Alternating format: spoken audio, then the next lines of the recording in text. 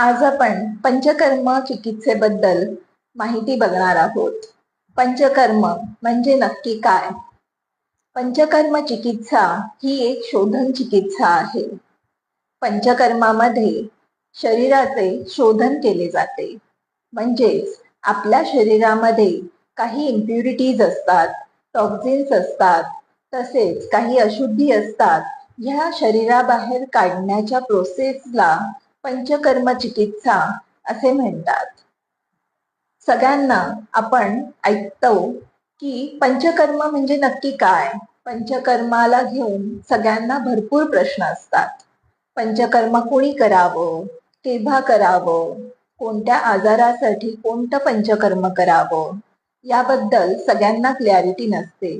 तर मग मी तुम्हाला आज पंचकर्माबद्दल सगळी डिटेल माहिती सांगणार आहे.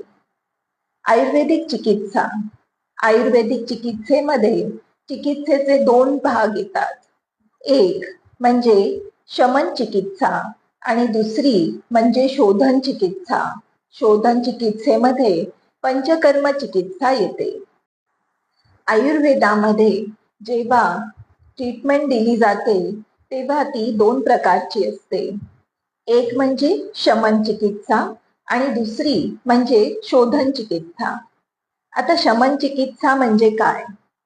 आपल्याला एखादा आजार होतो आणि तो आजार झाल्यानंतर आपल्याला त्याची लक्षणं जाणवतात. आपण मग आयुर्वेदिक वैद्यांकडे जातो. मग आपले सुरुवातीला नाडी परीक्षण होते. नाडी परीक्षणानंतर आपल्याला जो काही आजार झाला आहे त्याच्यावरती वैद्य आपल्याला औषधं देतात. म्हणजे काही औषधं ही गोळ्यांच्या स्वरूपामध्ये असतात, काही चूर्ण, काही काढे, काही असं अरिष्ट, काही भस्म आणि काही वनस्पतींचे रस आपल्याला दिले जातात. त्यानुसार आपला आजार हळूहळू बरा व्हायला आपल्याला मदत होते. या चिकित्सेला शमन चिकित्सा असे म्हणतात. काही वेळेला असे होते की आपल्या शरीरातील अशुद्धी एवढ्या वाढतात की तुम्ही जी औषधं घेत आहात त्याचा आपल्याला काहीही फायदा होत नाही. उलट आपल्या आजाराची लक्षणं अजून वाढत जातात. मग आपल्याला असं वाटतं की या औषधांचा काहीही फायदा नाही. पण अशा वेळेला आम्हाला शोधन चिकित्सा करावी लागते. म्हणजेच आपल्या शरीरातील जे टॉक्झिन्स आहे ते बाहेर काढावे लागतात. यालाच शोधन चिकित्सा असे म्हणतात. शोधन चिकित्सा म्हणजेच पंचकर्म चिकित्सा.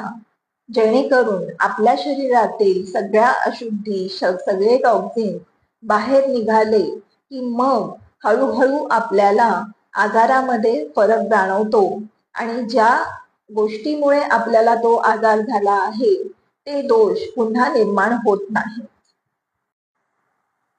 मग तुम्ही म्हणाल की आजारी व्यक्तीनेच पंचकर्म करावे का?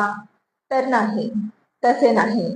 स्वस्थ व्यक्तीने देखील पंचकर्म केले तर त्याला कोणतेही व्याधी होण्याची शक्यता खूप कमी होते. स्वस्थ व्यक्तीने त्याचे स्वास्थ्य सांभाळणे ही त्याची स्वतःची जबाबदारी आहे. आयुर्वेदामध्ये असेच म्हटले जाते, स्वस्थस्य स्वास्थ्य रक्षणम आतुरस्य विकार प्रशमनम. सध्याची आपली जी लाईफस्टाईल आहे ती तेवढीशी चांगली नाही. मग लाईफस्टाईलमुळे जे आजार निर्माण होतात त्यामध्ये आपल्याला डायबिटीस, हायपरटेन्शन म्हणजेच बीपी रिलेटेड त्रास, कार्डियाक रिलेटेड प्रॉब्लेम्स म्हणजेच हृदयविकार, थायरॉइड प्रॉब्लेम्स, ओबेसिटी या तक्रारी जाणवतात. मग ज्यांना हे आजार नाहीत ते लोक स्वस्थ आहेत का? तर नाही. आयुर्वेदामध्ये स्वस्थ व्यक्तीची एक व्याख्या सांगितली आहे. समदोषः समाग्निश्च समधातु मलक्रियाः प्रसन्नम आत्मइंद्रिय मनाः स्वस्थ इत्यभिधीयते.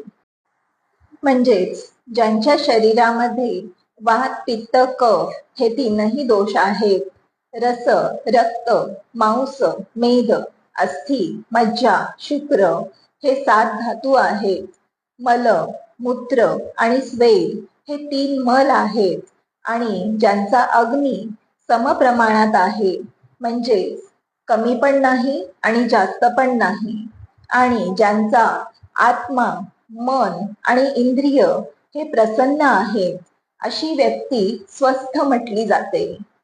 आयुर्वेदानुसार आपले स्वास्थ्य राखण्यासाठी आणि आपल्याला आजारातून बरे होण्यासाठी दोघांनी देखील पंचकर्म करणे तेवढेच गरजेचे आहे.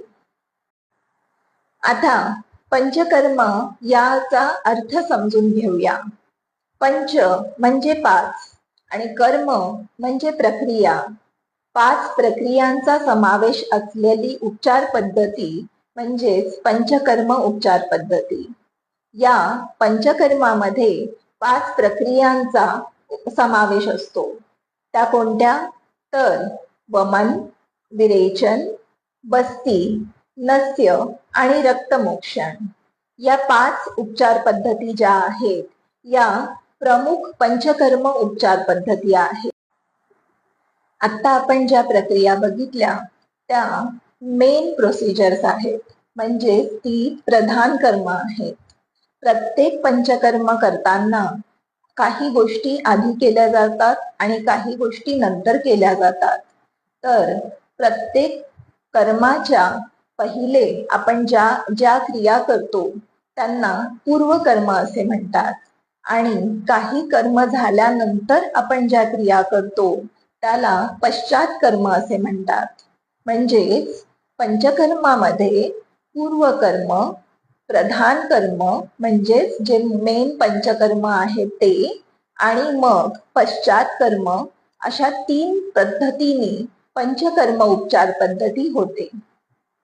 पूर्वकर्मामध्ये पाचन, दीपन, स्नेहन आणि स्वेदन या क्रिया केल्या जातात. पाचन म्हणजे पचन होण्यासाठी दिलेली औषधं. दीपन म्हणजे अग्नी वाढवण्यासाठी म्हणजे भूक वाढवण्यासाठी दिलेली औषधं. स्नेहन हे 2 प्रकारचे असते. एक अभ्यंतर स्नेहन आणि दुसरं बाह्य स्नेहन. अभ्यंतर स्नेहन म्हणजे औषध सिद्ध तेल किंवा तूप आपल्याला प्यायला दिले जाते. या तुपाचे प्रमाण रोज वाढत जाते. वैद्य आपले नाडी परीक्षण करून आपल्याला रोज तेल किंवा तुपाचे प्रमाण सांगतात. आता एवढ्या मोठ्या प्रमाणात जर तेल आणि तूप आतड्यांमध्ये जात असेल तर मग आपल्या शरीरातले दोष हे बाहेर निघायला खूप मदत होते. म्हणजेच आपला दोष जिथेही लपलेला आहे तो बाहेर पडायला आपल्याला मदत करतो. तसेच बाह्य स्नेहन म्हणजे मसाज पद्धती. पूर्ण अंगाला आपण तेलाने मसाज करतो. अशा प्रकारे पूर्ण शरीरामध्ये स्निग्धता येते. मग बाहेरून सुद्धा तेलाने मालिश केली जाते. आणि नंतर येते स्वेदन. स्वेदन म्हणजे औषध सिद्ध काढ्याची वाफ. ही वाफ पूर्ण अंगाला दिली जाते. अशा प्रकारे शाखाश्रित दोष बाहेर काढले जातात. आता शाखाश्रित दोष म्हणजे काय? तर जे दोष आपापल्या ठिकाणी लपलेले आहेत ते दोष आपल्याला या पूर्वकर्मानी कोष्ठामध्ये आणायला मदत होते. म्हणजेच जे दोष ज्या ठिकाणी आजार निर्माण करतात ते दोष तिथून निघून आपल्या डायजेस्टिव्ह ट्रॅक्ट मध्ये येतात आणि मग पंचकर्माद्वारे आपल्याला त्या दोषांना म्हणजे त्या टॉक्झिन्सना बाहेर काढणे सोपे जाते. पूर्वकर्म झाल्यानंतर आपले मेन प्रधान कर्म येते. मग जी काही तुमची पंचकर्माची ट्रीटमेंट असेल त्यानुसार तुमचे प्रधान कर्म होते. आणि प्रधान कर्म झाल्यानंतर पश्चात कर्म होते. पश्चात कर्म म्हणजेच संसर्जन क्रम. संसर्जन क्रम म्हणजे पंचकर्मा दरम्यान तुम्हाला जे काही खाण्याची म्हणजे तुमची जी काही आहाराची पद्धत सांगितलेली असते त्यामध्ये आपण हळूहळू वाढ करतो आणि नंतर तुमचा जो काही दिनक्रम असेल तो आपण सुरू करतो. पंचकर्मा दरम्यान तुम्हाला काही गोष्टी पाळाव्या लागतात. त्या म्हणजे पंचकर्मा दरम्यान तुम्ही बाहेर जास्त फिरू नये, फार मोठमोठ्याने बोलू नये, तुम्हाला गार हवेमध्ये जाण्याचे बंधन असते, परत तुम्ही प्रवास करू नये, अशी काही बंधनं तुम्हाला येतात आणि त्या गोष्टी पाळल्या तर मग तुम्हाला पंचकर्माचे गुण लवकरच चांगले दिसतात.